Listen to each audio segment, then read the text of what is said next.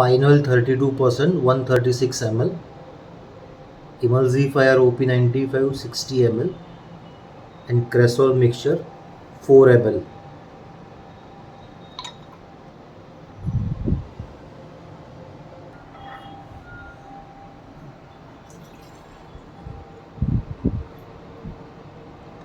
First we have taken pine oil.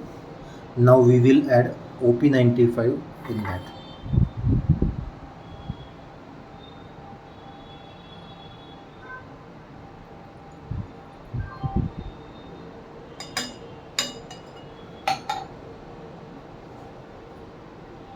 Stirring.